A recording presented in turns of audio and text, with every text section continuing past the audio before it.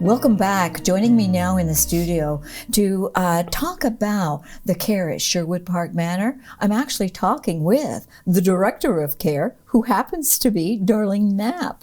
Welcome to the program, Darlene. Thank you, Doreen. It's nice to be here. Well, hi, I appreciate you coming in and sitting with me. So now, Sherwood Park Manor is a long-term care home, is it not? Like a retirement center? Well, is it a retirement center or a long-term care home? Sherwood Park Manor is a long-term care home. Good. Okay. All right. We've got that. And you are the Director of Care. I am the Director of Care. So What does that mean on a daily basis? What does a Director of Care at Sherwood do on a daily basis? I oversee all the aspects of the nursing and residence care, ensuring we give high quality care. We do, and we need to make sure that we follow the mandate of the Ministry of Long-Term Care Act. Okay, alrighty. So the responsibilities that you have there is quite. It's a lot. It really is a lot, and it's imperative. It's imperative for these people that are your residents. Yes, it is. And you know, that's their home, and you want to make sure that they're going to enjoy every day that they can. Absolutely. So, do you find that no 2 days are the same?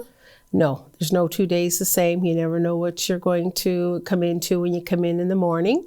As a Director of Care, I'm not one that sits in my office. I am out on the floor. I like to be able to talk to the residents. If you ask me about any resident, I could tell you about those residents. Yes. I know them all. Yes. I visit with them. I work along with my staff, and I think that's imperative because I started out as a PSW and worked my way up the ranks, so I never forget where I come from. Yes. And so I love nursing and I enjoy helping people, but in my opinion, it's imperative to work along with your staff. You want to be involved, and I don't blame you. I mean, how are you not knowing what's going on if you're not involved in it, right? Yes. That's and super. I learn from the staff, too. The staff know the residents, and I always tell my registered staff, listen to the personal support workers. They know the residents. Yeah. It's like when I worked at CHEO. They always said, listen to the parents. They know their children. Yes. Well, the PSWs know the residents. That's awesome. That's awesome. So you also have to deal with budgets and all this other paperwork that goes along with it too, right? I do. So those are long days. They're very long days. Yes, they are, but it has to be done. We do it. I have an associate director of care. Her name is Tammy Vanderkloot, and we are a well-oiled machine. She does helps me out with a lot with the paperwork, where I do more of the resident side. I'm out on the floor and supporting the nursing staff, making sure we get the education for them. Yes. And sorry. So what would you say would be the number one trait that a person should have that is going into a medical field or going into like a nursing home, a hospital, anything to do with medical? What's the number one trait they should have? Compassion. Compassion. You need to have compassion. Wow. You have to be kind. That's huge. Yes. That is really, really, really, really huge.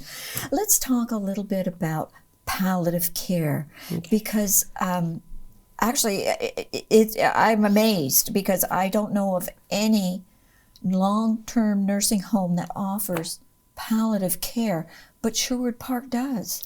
Yes, we do, and I'm proud of that.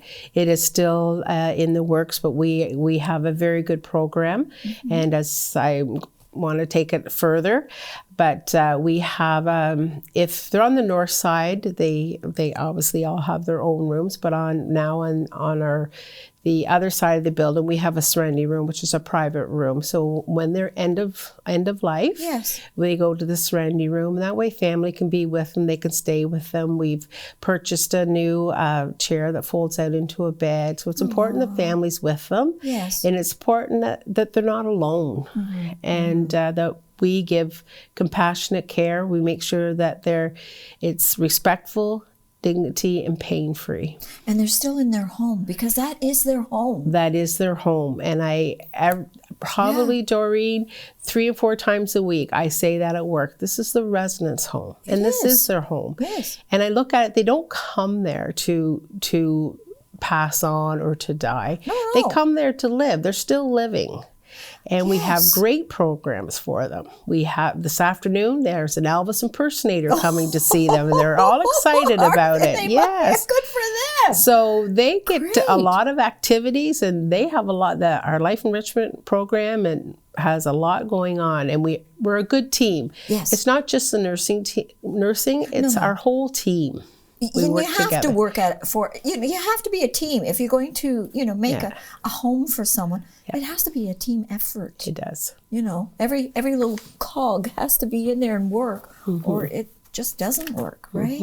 Yes. And the other aspect that I like about the idea that you're offering the palliative care, the individual does not have to leave the home. No, they You don't don't. have to disturb them to take them to a hospital or wherever. They can stay right there. They're still surrounded with people that they know. Yes. And I think that's very important. It is very important, and you're correct. You said that correctly. They're there with people that know them. They know their likes. They know their dislikes. Yes, absolutely. And like I said, the family can be there as long as they want. Yes. Yeah. Wow. So you said that there's still a little bit more training that's going to be done for this particular program? Yes. So in long-term care, a lot of us use point-click care, which is our database that we use in long-term care. A lot of the homes in the area use it, and other areas. Yes. So we've implemented, Tammy and I are working with point-click care and Registered Nurses Association of Ontario. Right. They have been working together to do the best practice guidelines. Okay. So this has been very helpful. There's several stages to it. We started with admissions and assessments, and family-centered care was one of the portals that we started. Yes. We just brought out Falls and Pains in March, and then September we're going live with our palliative care. Wow. So I'm looking forward to working with them on that. And I'm also going forward to look at working with our physicians in-house and looking at pain management. Oh, that's a big one, isn't it? Yes, we have good pain management now, but I want to look at getting in like CAD pumps where they get small dosages all the time instead of a dose, one big dose, and then you have to wait. So a continual. Yeah, continual. Which will probably be a lot better for the body too, would it not? Absolutely. Yeah. Absolutely. Wow. So, All the things and you people are moving into a new building. we are. That's very exciting. I can't wait. Well, you have to wait just a little bit. Yes, I will. They got to put the roof on. They do. Yes, they do. Indeed. Okay, let's talk about, there's a fundraiser that's coming up. Yes, And it's a Mother's Day brunch. it is. Please tell our viewers about it.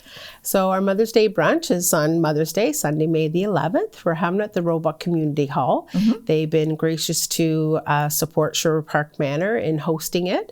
It's from 8 to 1.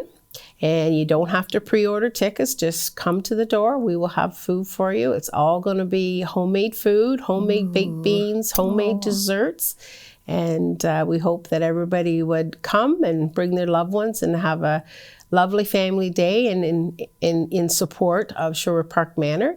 The money raised from the Mother's Day brunch is going to go to our salon. Okay. And the cost for the meal? Sorry, it's $20. It's $20. Yes, it is. And so they don't need to call or obtain tickets, just come to the door. Just come to the door and we'll be there graciously waiting for you. And it's Roebuck, right? It's Roebuck Community Hall. Okay. Yes. Okay. So that people, it's a little ways out of Brockville. It is. So it's not at Sherwood Park Manor by no means. It's in Roebuck. And it's a beautiful hall. If you haven't been there, you need to come. You've never been there? No, but I'm coming to through the brunch. Yes, so it's a beautiful hall. Oh, good, good. Is there anything else that you would like our viewers to know about Sherwood Park Manor and you as Director of Care? Well, I just hope that it's, I don't hope. Sherwood Park Manor is a good home. We have good staff. We care about our residents. We want to make sure that they have a good day and we put a smile on their faces. And if we do that every day, then we've had a successful day.